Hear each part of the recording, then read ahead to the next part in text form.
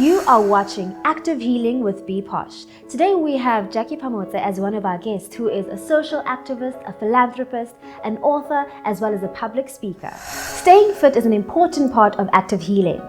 Today I'll be showing you a few of my tips and tricks on remaining fit. I will be reviewing a South African local haircare brand called Ubuhle Haircare. Welcome to Be Fit with BHEEPOSH. Today we'll be focusing on the core area. You'll only need two things to make this work: a skipping rope as well as a timer. If you do not have a skipping rope, you're more than welcome to alternate with jumping jacks. So let's get started. When the party's over, mixing liquor, I'm barely sober. Vibe with me, know you're a stoner. Smoking weed on your mama's sofa. She got tattoos like she Sammy Sosa. Play the song so we getting closer. She wanna be entertained, dog. That's why I call her Sammy Sosa. I told my niggas that we gon' eat, and that's what the fuck I plan to do. Get the money for collateral. Hating niggas not compatible. Flying out with the team, trying to make the dream work like a manual. The shit that I'm rapping is actual. All I ever did was what I had to do. I pray every day that we make it. I pray I never see the fake shit. I pray that when I win the Grammy, it's everything I ever hoped and expected. I pray I get paid more than what I invested, cause nigga, my taste is expensive. Nigga, my taste is expensive. I'm talking about Lexus and Benzes. I just bought a Lexus and Lexus. My nigga, I'm always finessing. Got my girl Kylie Jenner lipstick. When we kissing, dog, it's hectic. All I ever had was blessings. All I ever did was pacing. Now I do like Kanye daughter. North is the only direction. I'm trying to get the vibe, no magazine. Couple fake niggas, couple real bitches that hold it down for the fucking team. I'll see you anything but a dream. I'm trapped, new money living. So as you can see, these are very simple exercises that can be done at home. Each exercise lasts for 30 seconds each, which is very good for a busy person. So do let me know how it goes by commenting below. Stay fit with BHEEPOSH. I am sitting with the lovely Jackie Phamotse, a business owner, philanthropist, social activist, and an amazing author.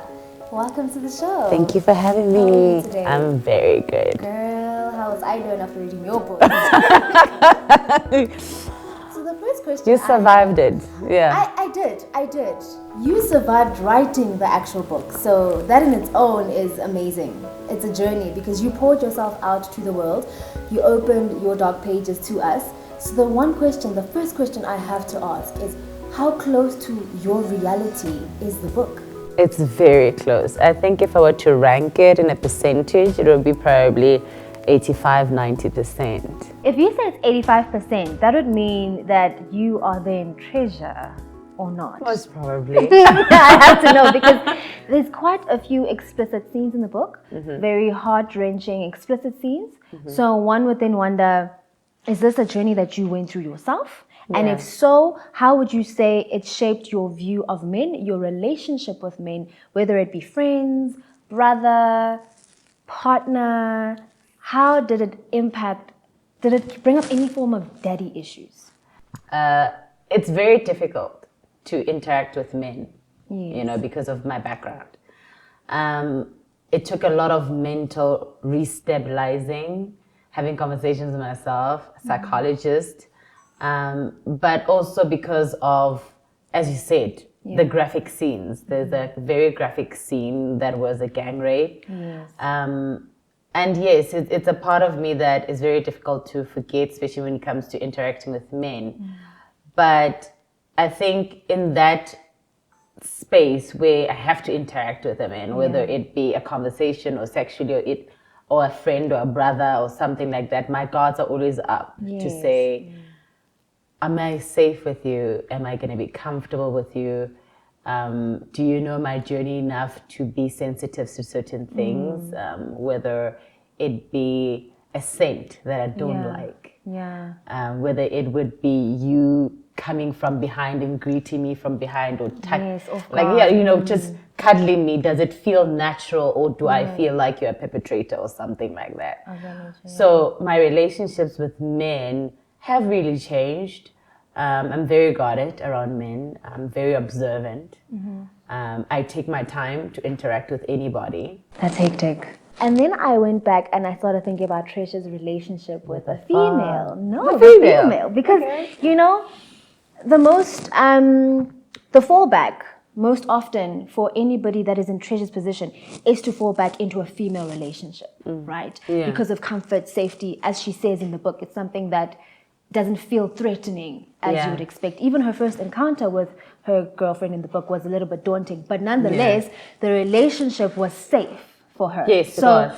I would then, because it's something I actually understand, so I would then ask you, would you say gender-wise, that also impacted you at some point in your life? Did you also have a female encounter, anything of that nature that would also have played an impact in the creation of Treasure? Most definitely, yeah. I think now, because we live in such an open society where gender is not really an issue when it comes to relationships. People dabble in different things. Yeah. But for Treasure, or for me back then, it was not uncommon because I went to a boarding school, I lived with girls. Yes. So it was a normal thing because we cuddle each other, we kiss each other, we play with each other, we're always in each other's space. So it was a normal thing. And I think it also comes from the sense of having that motherly touch. You just want to be around girls. It's like comfort, you know. So it's not so much sexual. It was as not one really so assumes. much sexual, but when it got into me creating a character that depicted an actual life experience that involved a girl, I think it had to be as authentic as possible because it was a true encounter, you know. Okay. The person that was depicted there was I need to drink real. some water. The person that was depicted there is real. And to answer your question briefly, yes. If I was not in a boarding school, would I have encountered a girl? I don't know. Maybe in varsity, I don't know, I would have. And my perspective then would have changed. But because I encountered a girl at a very young age, it made me much more open and risky. There is something that you said, though, that I want to go back to. You said life happens, which is very true. Life happens to all of us. Life should happen. It should happen. And in it happening, not all of us get the opportunity or are as gifted as you are to put it down in pages. So I got lucky. Yes, girl. I don't know. You went 1, 2, 3. You wrote 3. 3. So I don't know if that is luck or pure talent, but you wrote 3 of them. And would you say it's a form of therapy for you? Because I'm sure you're reopening these wounds with every word, every time. So it's more of a therapy as well. Every time when I feel some sense of emotion, whether it's happiness or sadness, excitement or in doubt or in fear, I always gravitate towards my pen. So I'd rather write it down and confront myself in that way and say, okay, so this happened whenever, and this is how I feel about it. This is how I see it from my perspective. So that's why I write in third person to sort of push it away from me and say, okay, I'm going to give this another name. Having it in front of you makes it better to view it. Yeah, to view it. And like different perspective. Me battling it in my head all the time. So I would rather give it a different face and say, okay, this is not Jackie, this is Treasure, or this is Aria, or this is Daphne, someone else. This is not me. And this is how that person feels. So that the judgment doesn't automatically fall on me, falls on the Treasure character, someone else that I created. So wait, on top of everything else, you publish these books yourself. Yes. So the conversation we were having about publishing houses is not applicable to you because this is self-published. Going from one publishing house to the next and everybody's saying, no, this is nonsense, you can't do it. And besides, there's no market for that kind of conversation. We're not going to publish it. And deciding to self-publish it, I think that was the best of things because then after I was able to self-publish all my books without any legal implications towards anybody or having a deal with publishers that would not tell the story the way I wanted to tell the story. So it was purely a fluke. I love that. So you spoke about something that's also very intriguing for me. You spoke about distortion. Yes. How they distort the books and so forth. How would you say, or rather, what are the existing misconceptions that the world have of you that you are aware of? I think the first one would be that I'm just out there to destroy people's lives. I don't want people to live their best lives, you know, simply because of the tone of the books. The tone is very harsh. It's very graphic. And it is a very real story. Yes. So people feel like, no, because you've gone through that, you've done it, you don't want other people to do it and live the life. But at the end of the day, I'm not here to destroy anybody. I just want people to have a backstory that might help them. Stop from something Yeah. that's hectic. Yeah. There's a lot of people who ask, how do I get out of the situation, whether it's a sugar daddy situation or it's a father-daughter situation, a mother-daughter situation, abuse, domestic abuse, all kinds of ills or sexual forms of abuse, you know. So I want my books to narrate that. That's why I think up to this point, I've not named my rapist. I have not named the actual people, the real people in the book. And I don't think I'll ever do it because I feel like each and every experience that I've had was to teach me, grow me, and direct me to something. For someone or a young girl that's in a position where she is stuck with a blesser. So the psychology behind it is that you end up 110% being devoted to this one person. For those that haven't gotten to this book, how do you start that journey? What would spark the desire to become your own and stand on your own? First things first, just don't do it to begin with. Let's start there. First, don't start even doing it. Get a support structure. If need be, get the police involved to get you out of there, whether it's you getting your stuff, because sometimes getting your stuff from somebody's home could be difficult. 100%. They could be very obsessed with you, they could abuse you, they could beat you, whatever, you know. So you might need the police to get involved, you might need a friend to go help pick up the stuff so that you're not stuck in an altercation or something like that. And also medical checkups.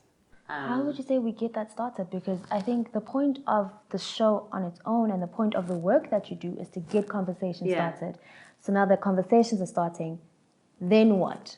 What is the solution? I think now the most important thing is men fighting for men. Women cannot fight for men.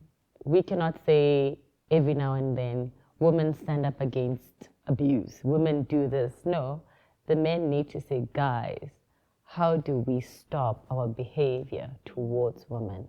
So they need to stand together and say, we are against this behavior. We see it in our sons, we see it in our daughters, and it's slipping through the cracks of now each and every generation.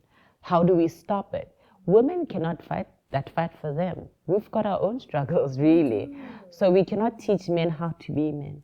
So yeah, I think that's where we'll start the conversation. Thank you so much for joining me on this. This is absolutely amazing, heart-wrenching, just everything that I would have wanted to know from you and learn from you. I look forward to all of your work and the many endeavors that you have. Thank you. Good luck on this beautiful show. Let it be a success. Thank you so much. And I wish you all the best as you travel through your journey and as the show becomes a blockbuster of a talk show. I truly hope that you see that you are the light that we truly need in women as well. Oh man, you're gonna make me cry, girl. Thank you. Thank you. Thank you so much.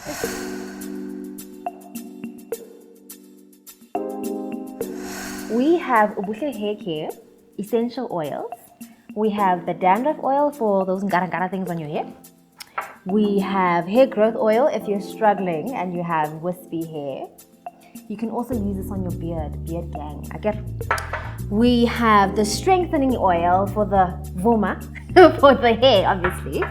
We also have the itchy scalp oil. You don't want to be one of those people, right? So you'll use this one. We also have the softening oil, guys. You know when your hair is like steel wool, this is how you fix it. And we also have a shampoo of sorts, right?